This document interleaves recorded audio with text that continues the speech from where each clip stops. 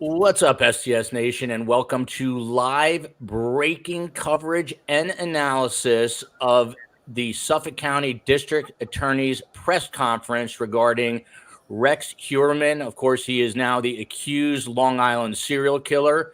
You can see them setting up for the press conference in the background, and authorities are usually notoriously late. However, it looks like they are piling out to the dais here right now. So we are awaiting the Suffolk County District Attorney, Ray Tierney, to come out and make some comments. And it looks like he's getting ready to go right at 10:30. This is amazing. Let's listen in.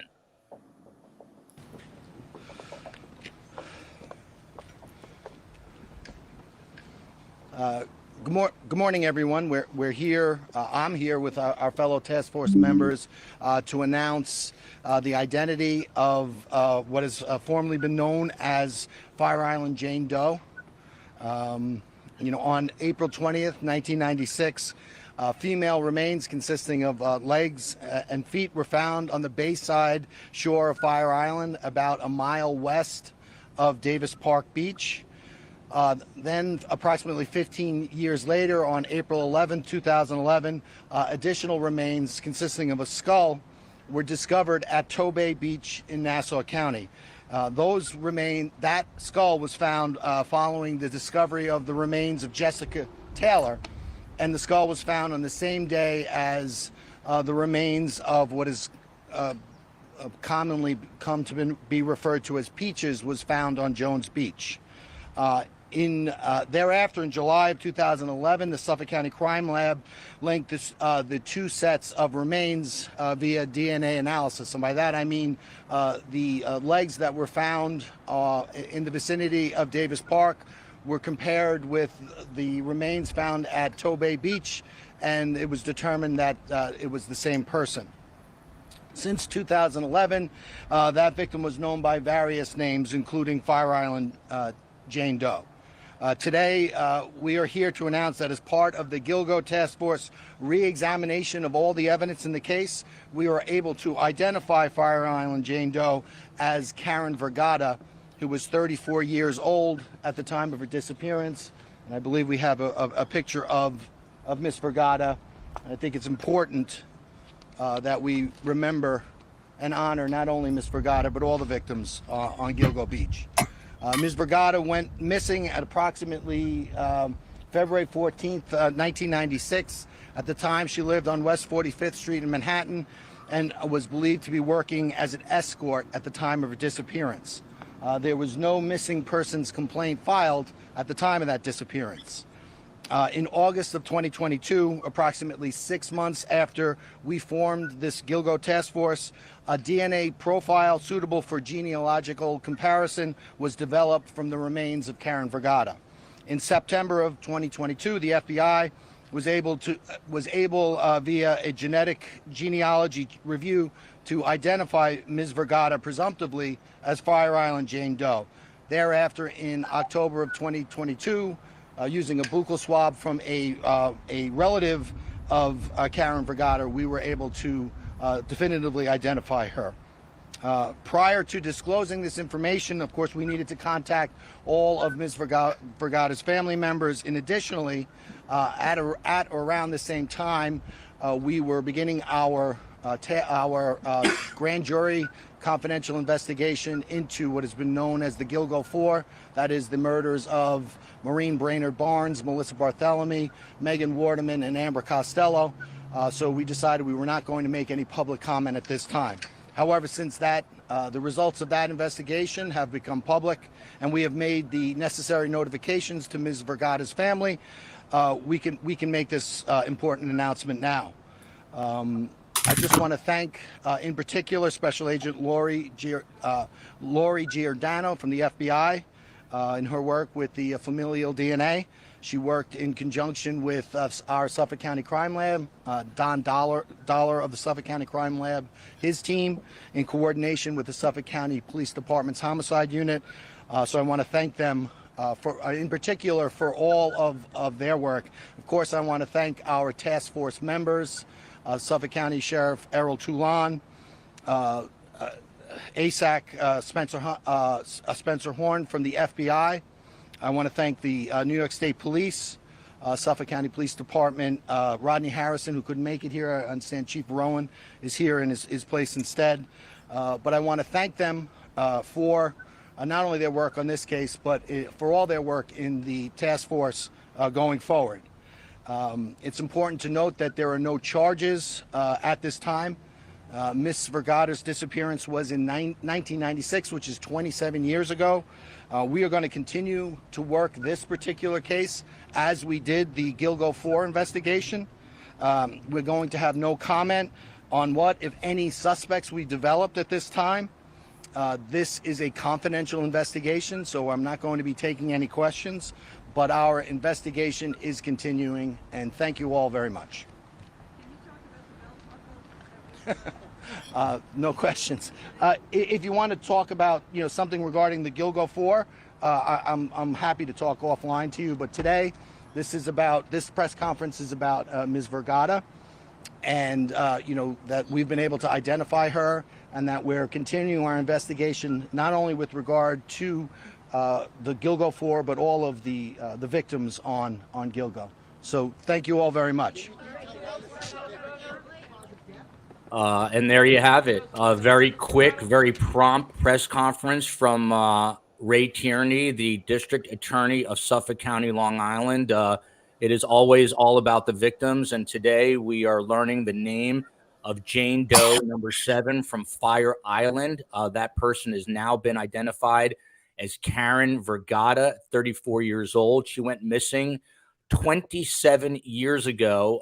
She was working as an escort, living on West 44th Street in Manhattan. Randy Zelin is in Manhattan right now. He's one of the finest criminal defense attorneys that there are. And Randy, what do you make of this press conference? Very short, timely, and informative, but no new charges. But what do you make of this? Are they circling the wagons for yet another victim here?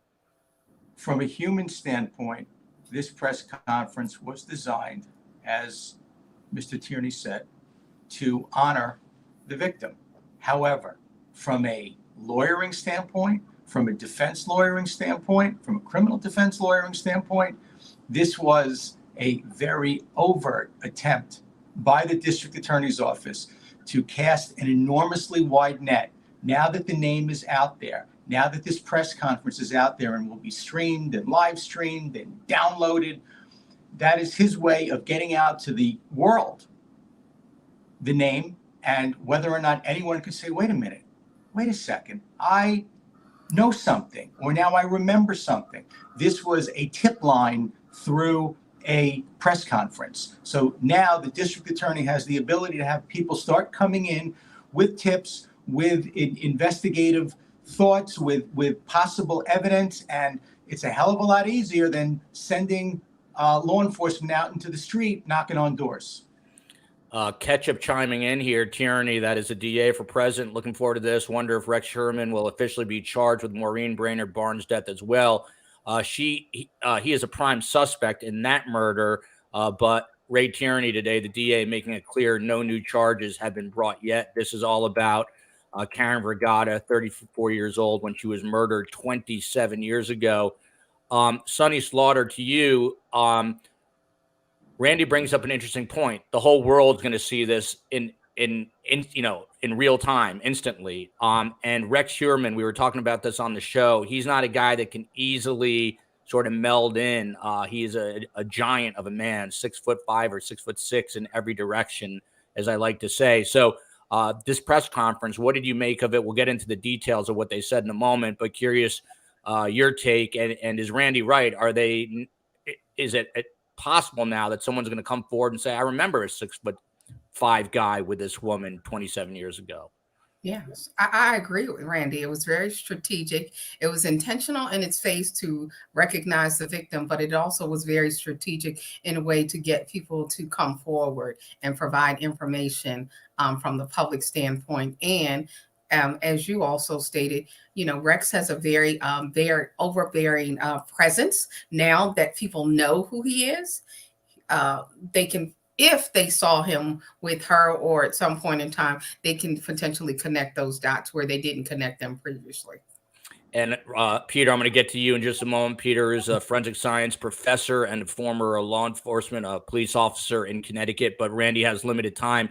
Randy, Rex Heuermann is facing murder charges for Amber Lynn Costello, 27, Melissa Barthelemy, 24, Megan Waterman, 22. He's also, as we just read, the prime suspect in the fourth killing of Maureen Brainerd Barnes, 25. Those charges not brought forward today, but Suffolk County authorities made it clear that they want buccal swabs, additional buccal swabs from Rex Heuermann legally from this both the state perspective, the county perspective, and the defense perspective. What is happening right now?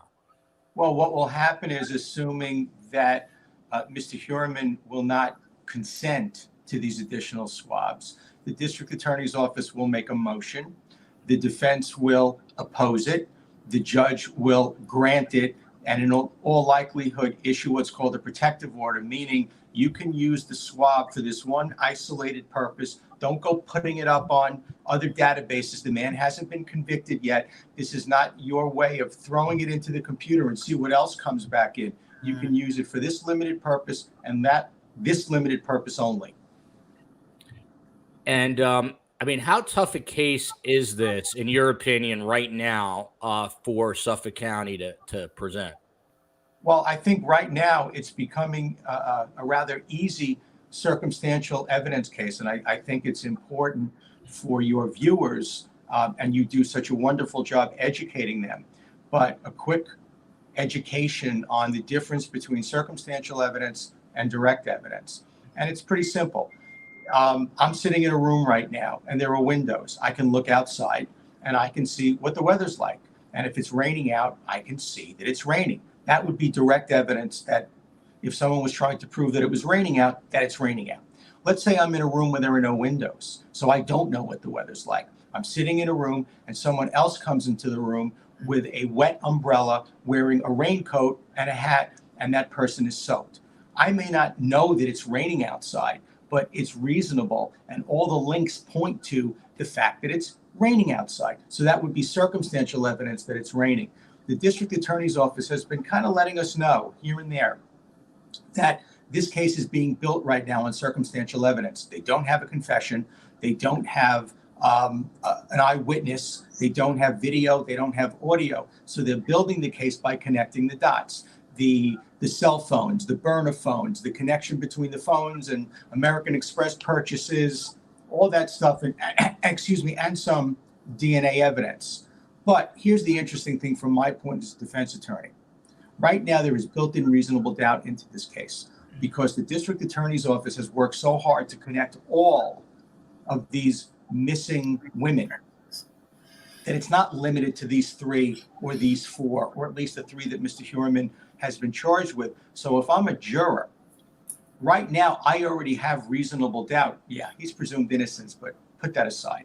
I already have built-in reasonable doubt. What about all these other people? I thought the district attorney's office was saying that every one of these remains that were recovered is linked to one person. Well, okay, but this guy hasn't been charged with these other homicides. So I'm already now going to feel uneasy about convicting this guy without more information. So I think at some point, the district attorney's office will have to fish or cut bait and make it very clear and really drive home during jury selection. Do not speculate about what's going on with these other cases to the extent they remain unsolved. But I will assure you, there will be one juror who's saying, I don't care what you told me to do, Judge. I don't care what I've been instructed. I'm concerned here. I've lived my whole life thinking that all of these cases are connected. And now you're telling me that they're not? Interesting. And talking about speculation, I'm just sticking with Randy here because he has to jump in a minute or two. But Randy, there's 10 plus sets of human remains. That's the way they're phrasing it now. We've heard 11, but 10 plus sets of human remains. We had some of the best criminal profilers in the world on the show the last couple of nights. They say they don't really believe in coincidence, that this is a dumping ground, specifically for the accused killer here, Rex Heuermann. Just wondering your take on this. And again, the from a legal standpoint. Obviously, they've only charged him for 3 murders and a prime suspect in the 4th. Is that just simply right now because they don't have the evidence? Do you believe in your heart of hearts that these 8 or 9 other victims are his? I don't believe in coincidences, but look, I'm a defense attorney. I go where the evidence takes me. And if there are 10 plus bodies, but right now the defendant has only been charged with 3. As I said, you make my point. There are right now 7 other potential cases. And if the district attorney's office has made it clear that there is no coincidence, I'm a juror sitting there saying, wait a minute, which is it? You're telling me that one guy is responsible for this, but that same guy that you're claiming is responsible, you're only charging with 3. So if I'm the defense attorney, my point is there's somebody else out there. So you can't possibly convict my guy knowing, as the district attorney is conceding, someone else is out there responsible for this. But how do you know the person that's out there isn't responsible for all 10 plus of these?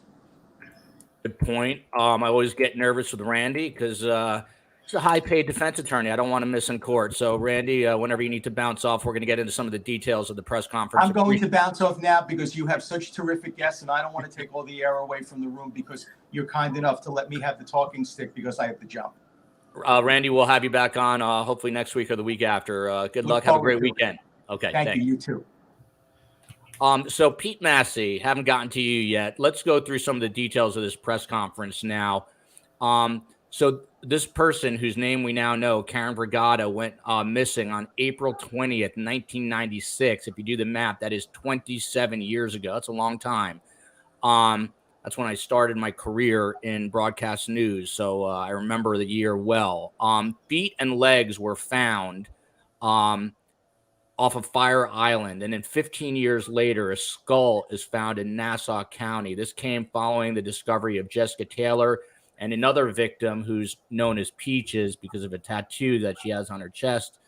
2 sets of remains, the legs, were compared with the skull, and they were able to use genetic genealogy here to identify this person, Karen Vergata. Let's stop it there. You teach forensic science.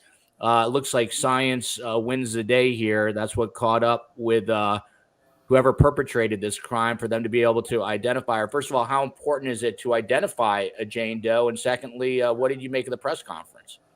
Well, obviously, it's very important that we identify who our victims are.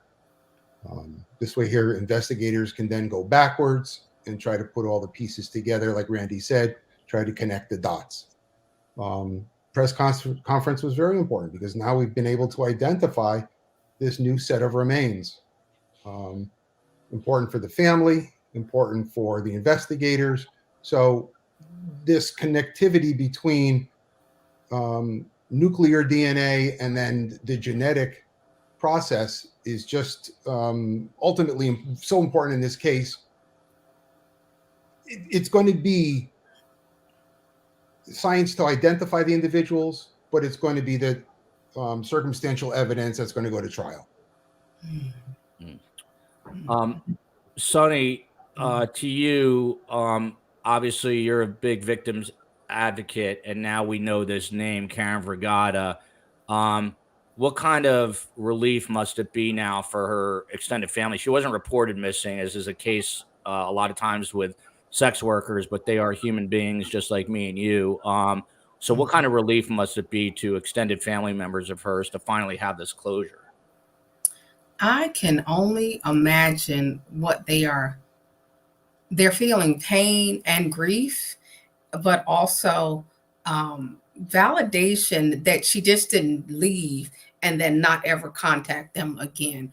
You know, it's so hard for victims' families to become ingrained in such a large scale case. Even though the DA said this case is not connected, it is immediately going to be the thoughts of everyone, just like we thought that this is a Gilgo Beach murder. So that is also probably painful for them.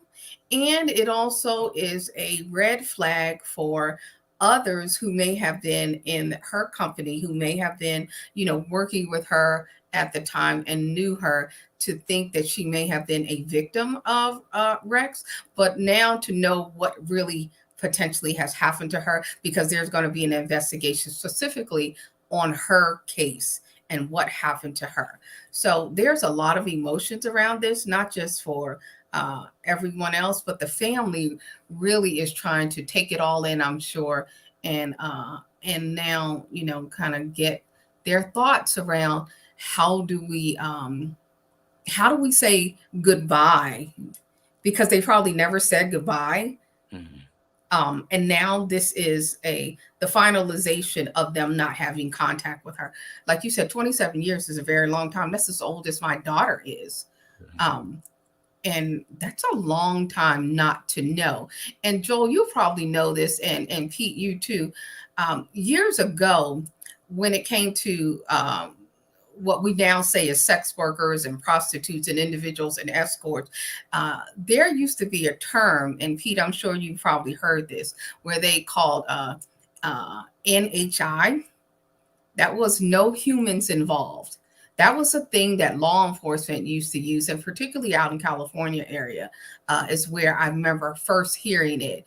No humans involved. And gladly, we have evolved in a law enforcement lens from that culture of saying NHI to recognizing that every individual has value in their lives, regardless of the work that they do. I'm going to read a tweet here because it's important, and it's from Catch LISK. They've done excellent work on this. Karen Vergata, Fire Island Jane Doe. On 4/20/96, legs were found in a black garbage bag at Blue Point Beach in the vicinity of Davis Park on Fire Island in Suffolk County. On 4/12, so originally it's 4/20/96, and then you hop all the way forward to 4/12/2011. Her skull was found off Ocean Parkway, west of Tobay Beach in Nassau County. Her torso and hands were never recovered. She was described at the time as a white female between the ages of 18 and 50. No height or weight estimate ever given. Right lower leg has a 3.5-inch scar on the lateral mid-leg area, a 1-inch linear scar on the lateral mid to lower leg, and a 1/2-inch scar on the medial ankle. The left leg has a 2-inch surgical scar with adjacent suture scars on the medial left ankle. It goes on. The victim may have had surgery. In 2023, these remains, formerly known as Fire Island Jane Doe, were identified through genealogical DNA as Karen Vergata.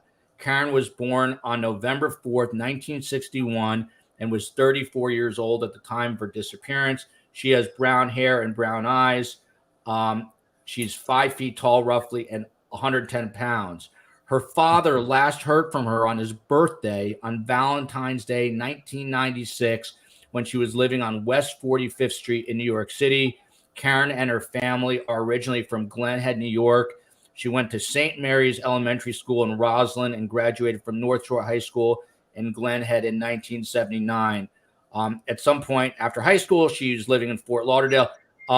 She has a son who was 8 years old at the time of her death, who is now 35 years old. So I'm reading this because we didn't know who this person was. And you see this incredible history here, Pete Massey. It's kind of giving me the chills, but this was once, a living, breathing human being, couldn't be identified for this long. It really, I don't know, makes you, stop and really kind of collect yourself. But Pete, to you, can you just take us inside baseball for a minute because they said they used this genetic genealogy at first and then a buccal swab to connect the dots. What were they doing here exactly? So very similar to out in Idaho. We have this DNA, this unknown DNA from Karen here. There's enough of a profile. People are putting their profiles up on 23andMe and all of these kind of genealogical sites. Law enforcement takes the information, they compare, they find a family member. They then try to get a known swab. And in this case, I'm guessing they got a search warrant to get the buccal swab from Rex or from the family members of this gal, able to identify her. Now we know that she is Karen Vergata. And there's the photo. Space Coast on the ball, putting up the photo. There's the person. They have now identified Karen Vergata, 34 years old, but no new charges have been brought. Sonny, the same question I asked the lawyer to you. Is this DA kind of circling the wagon right now to bring more charges, in your opinion, in this case? I think so, Joe. I really do. I think, as Randy said, there are no coincidences, and seems like it was a dumping ground, and not just any ordinary dumping ground. You really got to know the lay of the land and where you're kind of going around there. And I just think we're going to find out that most, if not many, if not all of the victims in that area have in some way been tied to Rex, including the infant and the male. Because, we focus a lot of attention on the female victims, but a predator is a predator. And this particular predator didn't seem to have a predilection for one type of victim or another, because he had some the information in the photos, and he was engaged in some really bad things with very young children and males. So I think the DA is on the right track. Let's just hope we find out whoever, if he's not involved, that we do find whoever the murderers of all of these individuals are. Yeah. Pete, hang on one sec, Pete. A. Heineman says her family probably suspected she may have been deceased, but to learn of the circumstances, dismemberment must be devastating. My thoughts are with them. What were you going to say, Pete? I was going to say, to talk about what Sonny was just saying, and then going back, look, everything from now on, I think, is going to all be related to links. It's all going to be circumstantial. It's all going to be, connecting the dots, as we've said before, from a skull to legs to bones to whatever. And it's all going to, I think they're all going to try to link it back to Rex, whether or not there is any kind of direct evidence to the point. Well, Pete, that's what I was just going to ask you.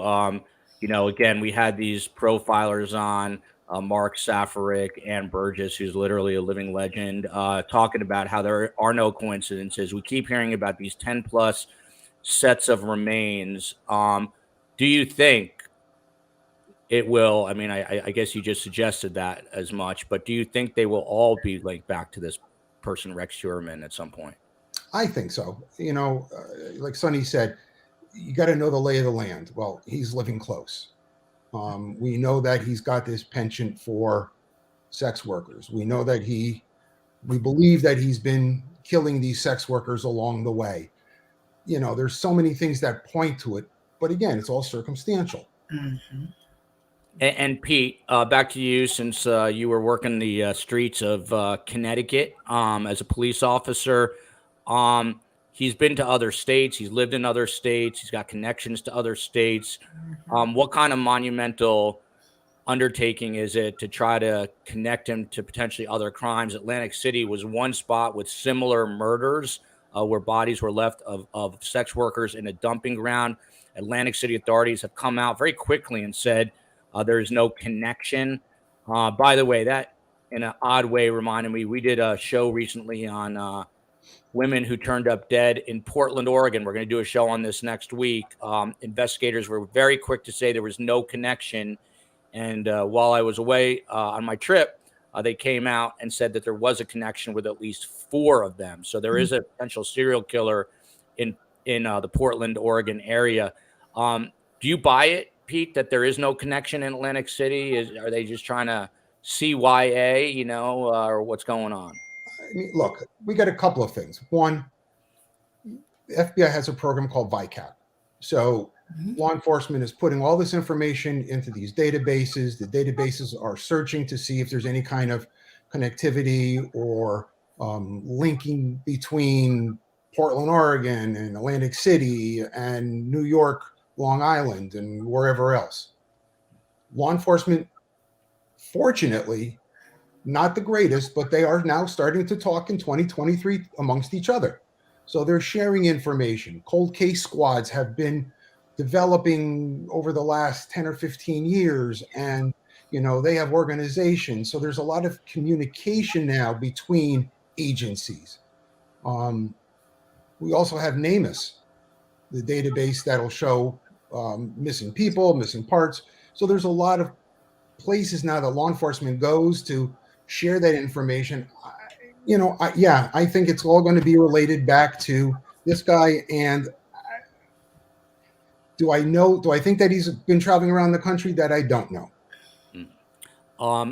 Ketchup is back here with this comment, which is interesting. The victimology of Karen Vergata fits his profile. That certainly seems to be the case. Sex worker living in Midtown Manhattan, petite, all of that fits the profile. Ginger Root, this is important.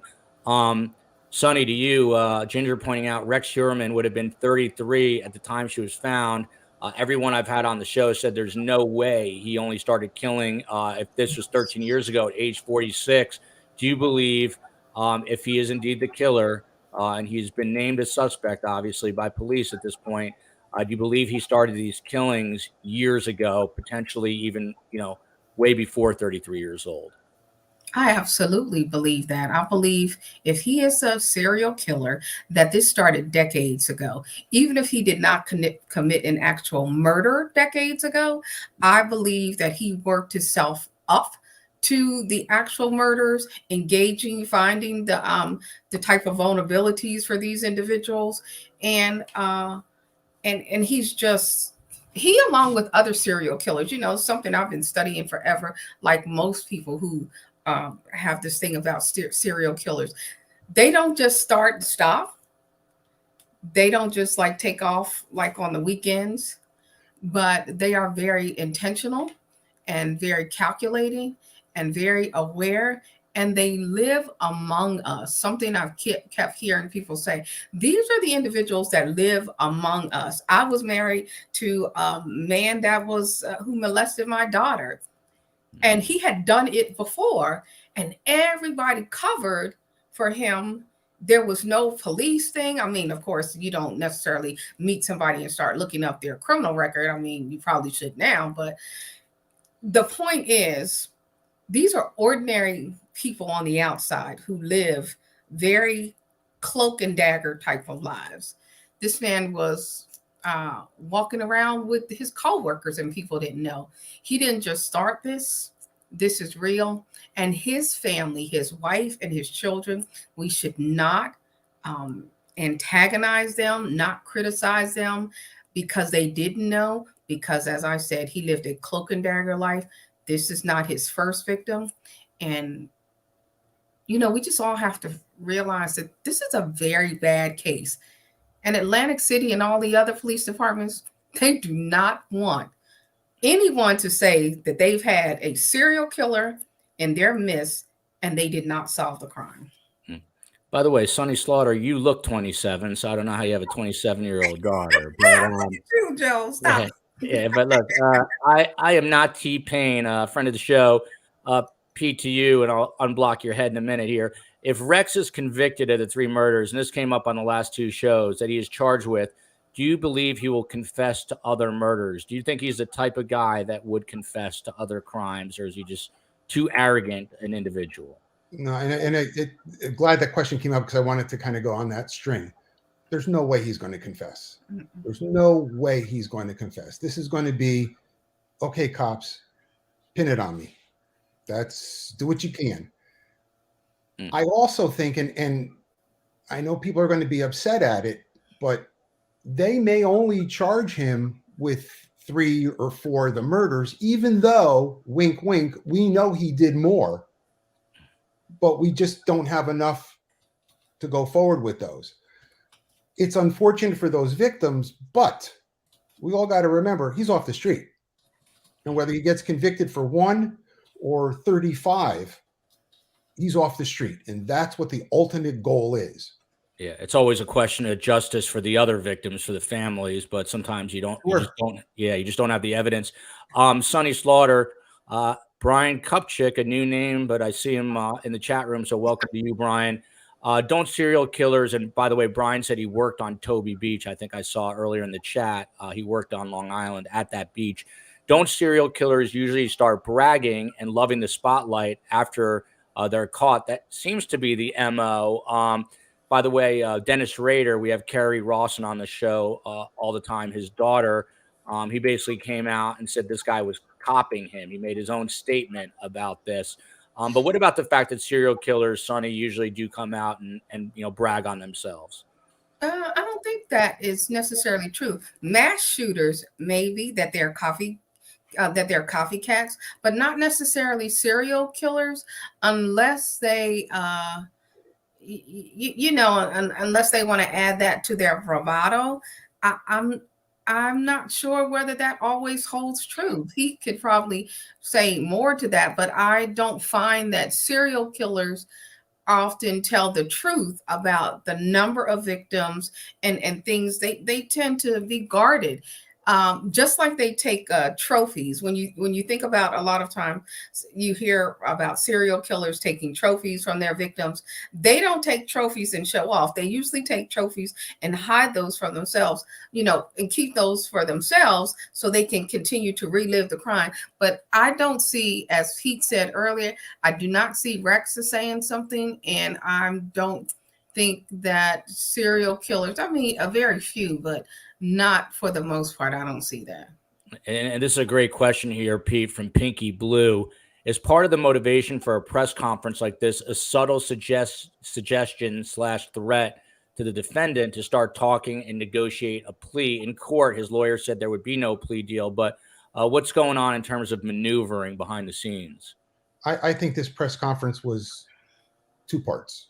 One, it was to identify and announce who Karen Vergata was. Mm-hmm. And then number 2, I think it was that, as we said earlier, it was that fishing hook that was cast out to see if there's anybody that may be able to connect Karen with Rex. Mm-hmm. Anything above that, I don't think there was more to it. And again, Rex, back up. Like Sonny said, shooters like to be known. Serial killers tend to keep things close to the chest. I'll give you just what you know, but I'm not going to give you anything more. It's like a cat and mouse game. Pete, back to you on this from Archangel 807, arrested with a burner phone. He was going to keep killing. It's interesting because some of our law enforcement experts said that burner phones aren't as, crime proof as you think they are. Criminals tend to use them, but they were able to develop a pattern. Can you talk about that, Pete? Yeah. So look, we all know that we have electromagnetic energy that reaches out and hits the cell towers. We can start to put things together, credit card data, serial number data, activation data. It's getting very difficult nowadays to get away with things because of the electronic digital trail that people leave now. Yeah. Sonny Slaughter, to the human side of things again, there's a lot of collateral damage, a lot of victims all the way around, and one of them, or 3 of them, are the family of Rex Heuermann. Asa Ellerip is the wife, and she basically broke down to the Daily Mirror. She's been doing a little bit of media now, saying that she doesn't want to walk down the street. She keeps hearing the neighbors say they want the house gone. They want the house bulldozed. What about compassion or empathy for these people? As I said, we have Carrie Rawson on the show all the time, and she still suffers through the trauma of finding out that her dad was a serial killer. If you could speak to the victims all the way around here. I know Carrie's so good, and the fact that you are always giving her an outlet, a platform, is really so needed because her voice is very strong and powerful about with that direct connection. Rex's wife and his children, we need to see them as the victims that they are. I know it's probably hard for people to think, well, how could they not know? And years ago, I used to have that saying, well, I would do this and I would know that if it were me, until it's actually you. And one of the things I want people to think about is that they had one kind of life until Rex got arrested. And this woman realized that she was sleeping and have given birth to children of an alleged serial killer. Her trying to take that all in is going to take decades. And when I say decades, I am 20 years out of not feeling guilty, for not from the public view, but from just having children with a person who was a predator, in our case, never made national news. I can only imagine what she feels inside as a human being, as a woman, as a person who is the mother of 2 children, one who I believe has some learning disabilities. And she is doing everything that she can to keep her sanity, to keep her composure, and to be a protective mother. And I think we need to all give her grace. I think we need, if you pray, you need to pray for her. You need to pray for his children, because they will live with the scars of this long after the spotlight has gone. And we as a society need to wrap our arms around them, because you don't know what kind of pain this is until you have been in their shoes. Well She put. did not know. Well put. And you got to remember that Rex has had years upon years to craft his skills, to hone the ability to hide this, to develop that 2 personality, the home personality, and then the outside, well, maybe 3, the work personality, the home personality, and then the predator personality. Lucy Bell here. Sonny, back to you. I think this is actually a very important comment. I would love to see the language used for victims shift instead of labeling them sex workers. By the way, the media falls in the trap of doing what everyone else in the media is doing. They lose their individual minds a lot of times. So everyone just now calls them sex workers, and I'm guilty of that too. Instead of that, can we please say women, followed by stating the common thread of working as escorts? Do you think that needs to change, that we should not be calling them just sex workers across the board, Sonny? I just jumped in and told Lucy Bell I agree. Thank you for your comment, Lucy Bell. It doesn't matter what kind of work these women did. Let me just say what kind of work victims of Rex did, because some may be women, some may be men, but we don't need to call them sex workers, okay? We just need to think of them as human beings. Whatever they did to survive is one thing. They did not deserve this. And we should really stop labeling individuals and putting them in a different spotlight because they did this particular work, that they were victims. That is not true. And we need to just change that. All of us, everyone. It's so degrading when we continue to do it. And I know we kind of do it out of, like, Joel, what you said, because, we kind of it's just consistent and we kind of follow through with everyone else. But we need to be the culture that we want to see and change the type of labels that we put on people. They're just victims. And they were women who worked. Whether you approved of it, that doesn't even matter. They were doing what they needed to do to survive. May I jump in real quick? I agree with you all, except for one little piece. I do think we need to classify them as sex workers only because I know what you're going to say. Yeah. It just shows the target of the kind of people or the type of people that the predator was going after. And I agree. When I heard you say just the very beginning, I was like, yeah, and I get that because of the vulnerabilities for the way he targeted. And you are correct about that. And for the jury to understand when it gets to that, you know, so there are some important pieces or some important places to use that term. Mm-hmm. Mm-hmm. You're right. Royal Castriata with a super sticker. If New York State applied the death penalty, which they do not have, they could have used that against Rex to provide more info. He has no incentives to cooperate now. Pete, do you agree with that? Do you think that would have been a factor? No. Again, I'm not a psychologist kind of a guy, but again, this is somebody who is not going to give up information. And okay, incentive, who cares? Mm-hmm. Chief said to hit the like button, and she took her own comment down there. How about that? Pete, back to you here. Prosecutors say that they've already have a DNA link to Rex Heuermann from a hair found on the body of 22-year-old victim Megan Waterman. How important is that single hair to you? Oh, that's the link. Mm-hmm. You know, other than that, it's all, as we said earlier, circumstantial.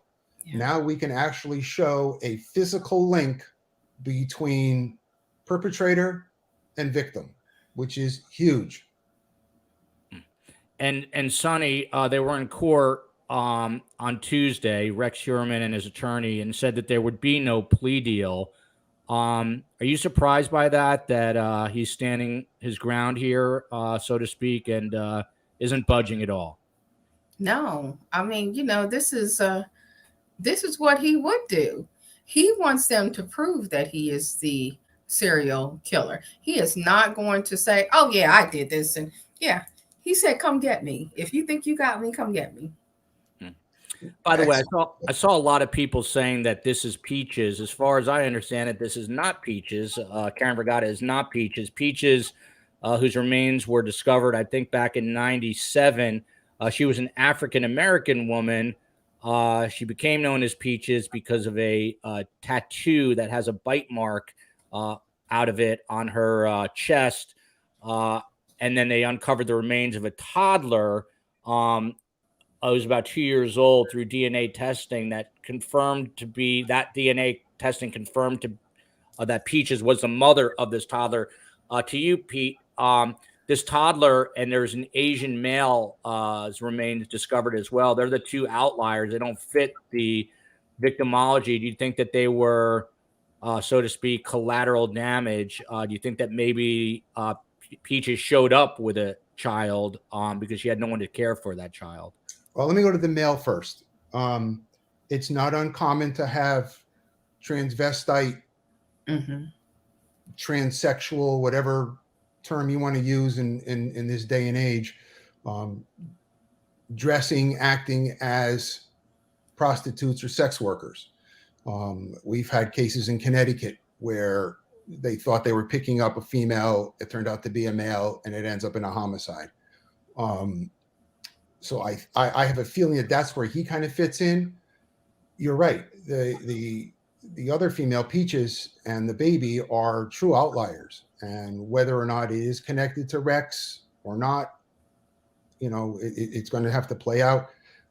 Your scenario that you presented there could be, you know, so desperate for money. I don't have daycare. It would be interesting to see DNA wise if they can determine who the father of that baby is. Yeah, very interesting. That's good, Pete. Oh, look at you, Pete, trying to add a little spin on there. Yeah, it would be great to find that information out. Let's go over some of the evidence and then we'll wrap it up. I appreciate, of course, Randy Zelin and Sonny Slaughter, Pete Massey all being here. Investigators, after searching the house, Sonny, for almost 2 weeks, say that they found a massive amount of evidence in the home. They wouldn't mention anything about trophies specifically. Serial killers oftentimes keep trophies. Do you think that we'll find out that he did have them in that house? I think so. I think, and maybe not a lot in that particular house, but I think they're going to find some evidence. But we should all kind of slow down. It's going to take a very long time. I've been saying out in the public, we don't want any of the law enforcement investigative efforts to go fast. We want them to be done right and to be done well and to be done accurately. So I think they're going to find something. And hopefully they found all of the locations that he has access to. And we don't know that yet. And that's an important piece, because there may be storage lockers where he has stored those trophies. And they were searching a storage facility in Amityville. We don't know, what they found there. Ginger Root, interesting. Asa Ellerup and Rex married in '96, the year Karen was found.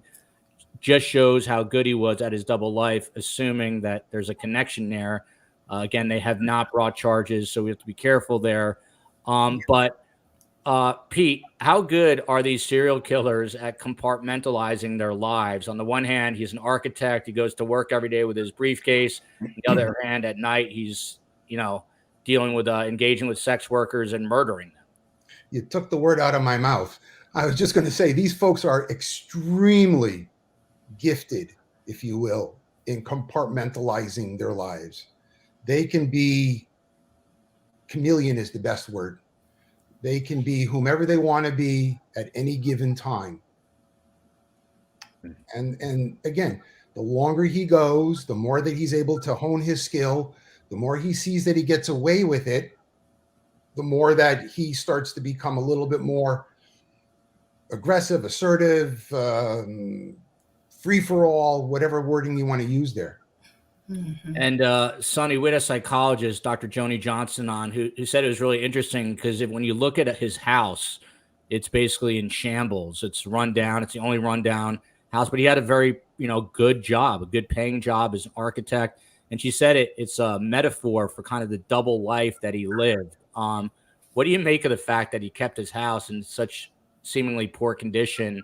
But they were talking about how Playboy magazine was brought out of the house as evidence from 1984, and it was in mint condition. So the things that he held close, he kept in good shape, the things that were important to him, but those that were not, I guess his house was not that important to him.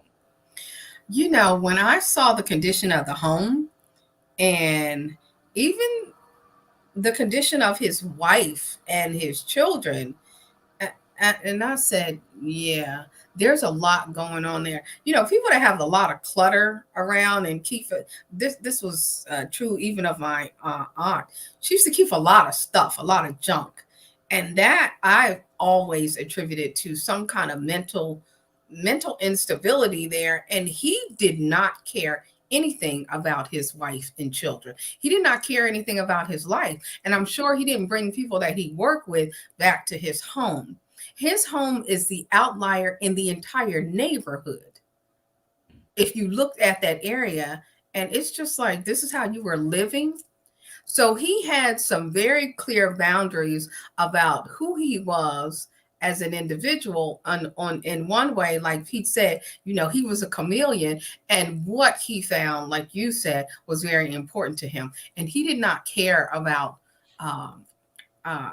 his presence in a neighborhood where he lived. He only cared about his presence where he seemed to work and the things that were important to him. And you can see the hierarchy of the value of these different things in his life. Mm-hmm. Presumably the home, the family life was at the very bottom, his work and his activities. Yeah, sadly, it looks like his kids were pretty low on the totem pole there. Anna Lissette, Dr. Catherine Ramsland has described the cube personality. Whichever side is up, that's what people see: dad, husband, church member, worker. Underneath, there is always a killer, but no one sees it. So that goes to the point of being able to compartmentalize. Pete, back to you real quick. Disturbances were found in the ground, according to investigators. What do you make of that? They ran their GPR. They found anomalies in the ground. It could be anything from a septic tank to compartment, sealed vault down in there. So they've made the determination apparently that there's nothing there. They haven't dug anything, so no harm, no foul there. Yeah. Also, they say that there was a vault in the home, and there are reports about a mattress being in there, although the DA, Ray Tierney, who we just heard from, said he would not confirm nor deny a mattress. But Sonny, what about the fact most people don't have vaults that you can walk in the bottom of your house? No. And, you know, he was such a strange individual. But when you look at his wife and we're visual individuals and people, and when you look at his wife, the condition of the home and everything, you have to think that she was a vulnerable victim of his.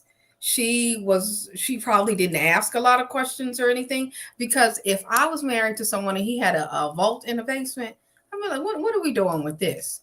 And why don't I have access to it? So I just think he did a lot of strange things, but he was not married to a person who was ever going to question anything that he did without it, coming back on her. So I just think who has those kinds of things? That's just disgusting. And then to tag on to that, Sonny, was she afraid of him because of his physical size? Mm-hmm. Or was she just not mentally Mm-hmm. able? He specifically chose a woman who, mental capabilities are much lower so that he can dominate this individual. That's what I was thinking too, Pete, based on her conversation, like that I've seen her do some interview, and I was like, yeah, there's something there. Lou Lamarocco gives us a super sticker here. A huge problem not to be overlooked is human trafficking linked to this case through escorts. These are federal crimes, many committed by the suspect. No one is talking about this extremely important key. Pete, anything to add to that? Look, they're going to go state first. Mm-hmm. If they decide to go federal, if they find something cross state lines, if there's some sort of federal crime, they'll go federal. But I think this is going to be much easier handled in the state courts. Yeah. By the way, Baby Doll commenting on the chief everything officer, mom of three looking snatched. Good job, Joel. Never heard of the word snatch. Shows you that I'm now getting old. I feel like my dad now. Certainly not in that capacity. You haven't heard of snatch. Okay, I'm gonna have my children call Uncle Joel. Let me explain these terms. I have the young adult children, so they can talk to you about How does this happen? One day I'm in high school, the next day I don't know certain words. I also never heard of T-Pain, the rapper, because I am not T-Pain, but somehow I don't know. Pete. Yeah, I know. Pete knows. There you go. Brian Kupchak says here, William Baldwin said he knew Rex in high school. They went to high school together. So it just goes to show you that evil lurks among everyone, including Hollywood celebrities. Pete, what do you make of this vault and this mattress? And then we'll start to wrap up, get some final thoughts. Again, if it was really there, it doesn't surprise me. Family goes away. There's no way this woman is checking out this house. Kids don't seem to be all there. This guy is secretive. Maybe he put this vault down there. Maybe he's bringing his worker people there. Wouldn't surprise me. Yeah. Special thanks to Randy Zelin, who joined us at the beginning. He's a New York-based former prosecutor turned criminal defense attorney. He's one of the best around. More than 30 years experience. He tried cases at both the DOJ and the SEC. And then, of course, the woman in yellow doesn't look a day over 27. That is Sunny Slaughter. She's the founding and managing principal of Sunny Slaughter Consulting. She's been called the Master Connector and the Olivia Pope of crime. She was featured in Women Leadership Magazine USA as one of DC's top 25 women business leaders in both 2020 and 2021. She's also a TEDx speaker and a federally certified law enforcement instructor. Where do we go from here, Sonny? I think we are going to see some very long investigative work play out. We're going to see some more identification of victims in the Gilgo Beach case, and do not expect this to go to trial right away. So, not this year, absolutely not. Maybe sometime late next year. There's a lot of things to process. So, I think we should just stay tuned. And Pete Massey coming back to us, now a friend of the show. He started his career at the Hamden, Connecticut Department of Police Services, rising to the rank of detective. He retired back in 2003 after more than 20 years. He became a teacher at the Henry C. Lee Institute of Forensic Science and is currently a professor at the University of South Florida at St. Petersburg. Same question to you, Pete. Where do we go? Where does the investigation go from here? I'm going to tag on with Sonny. It's going to be a long haul.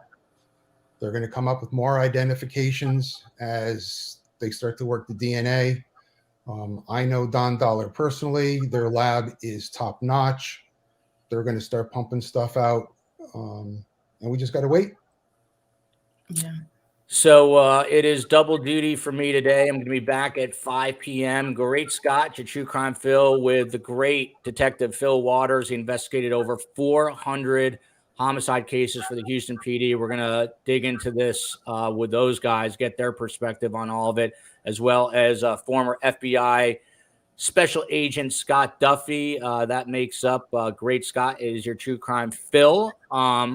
So we're going to have them on at 5 p.m. Eastern tonight. Come back for that live show. And then Sunday, 7 p.m. Eastern time, we are looking to do some out of this world stuff related to UFOs.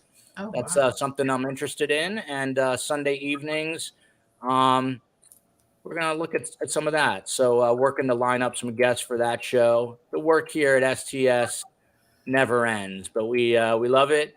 Love you, America. Love you, Washington, D.C. Love you, Tampa and Connecticut. Until next time, Pete and Sonny, hang out one sec. Thank you.